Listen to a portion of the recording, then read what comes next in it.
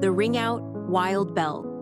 In the heart of Frostbrook, a village buried under snow and silence, there stood an old bell tower. It was a relic of a time when the world seemed brighter, when people believed in fresh starts and second chances.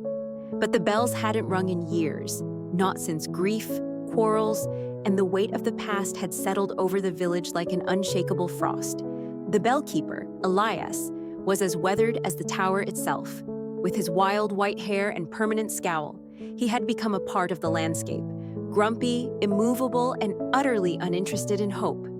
"Hope is for fools," he often muttered, his only audience a half-deaf cat named Clapper, who didn't even bother to pretend to listen. It was the last day of the year, and the snowstorm outside was so fierce.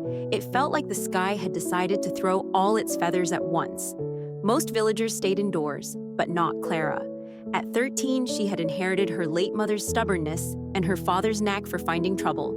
She stomped her way up the icy hill to the bell tower, her lantern swinging wildly. When Elias heard the knock, he opened the door a crack, peering out with a scowl. "If you're selling cookies, I don't want any." "It's Clara," she said, her voice muffled by the wind. "I'm not selling anything. I need the bells to ring." Elias opened the door wider and let out a snort. "The bells? You're about 10 years too late, kid. They're more rust than music now. Go home before the storm swallows you." Clara shoved her way inside, her cheeks red from the cold. "The village needs the bells, Mr. Elias. The year's been awful. Worse than last year, if that's even possible. The Joneses haven't spoken since the pie contest. Mrs. Harper cries every time she looks at her garden.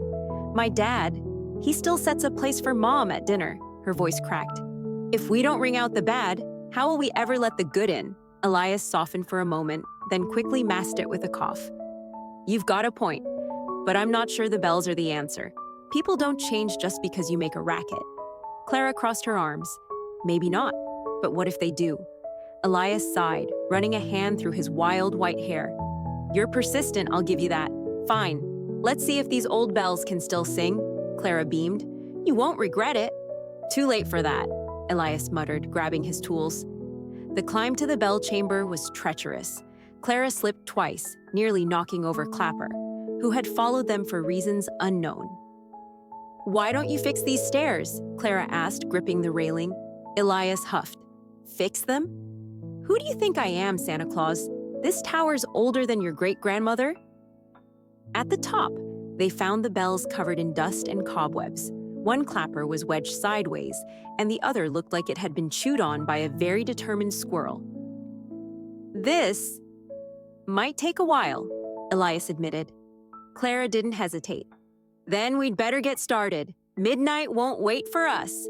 When the clock struck 12, the storm outside seemed to pause, as if the world itself were holding its breath. Clara wrapped her hands around the thick, frayed rope. "Ring out the sadness," she whispered, and pulled with all her might. The first bell boomed, low and deep, shaking the tower. Snow slid off the roof in great heaps. Elias grabbed the second rope. "Ring out the stupidity of arguing over pies," he grumbled, and gave it a yank. The bells sang together, their voices strong despite the years of silence. The sound rippled across the village, weaving through the streets and slipping under doors. The villagers awoke, startled by the sound but unable to ignore the warmth it stirred in their hearts. In one house, Mrs. Harper looked at her frostbitten garden and whispered, "Maybe it's time to plant something new." In another, the Jones siblings, who hadn't spoken since the great pie debacle, both muttered, "I suppose I could apologize first." And in Clara's home, her father reached across the table, picked up the extra plate, and whispered, "Goodbye, my love."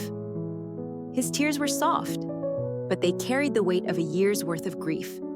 By the time the storm cleared, the village was alive with chatter. The bells had awakened something long, buried hope. Elias watched from the tower window as the villagers gathered below, laughing and hugging despite the cold. Clara leaned against the railing, her face glowing. "See? Told you it would work." Elias chuckled, a rare sound. "Maybe you're not as foolish as you look, kid." Clapper meowed in agreement. The first rays of the New Year's sun lit up the village, turning the snow to gold. And as the bells of Whispering Hollow rang one final time that morning, everyone knew one thing for certain: The world could be a better place if you had the courage to ring it in. As we step into the new year, think of life like Frostbrook's rusty old bells, silent and stuck until someone brave enough pulls the rope. Why me? You might ask. Well, why not you? If a grumpy bellkeeper and a stubborn kid can wake up an entire village, surely you can shake things up in your own life.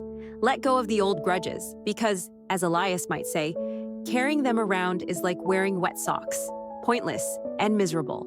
Mend relationships, even if it means saying the awkward "I'm sorry" first. Clara reminds us that hope isn't foolish. It's the spark that lights up the darkest winter.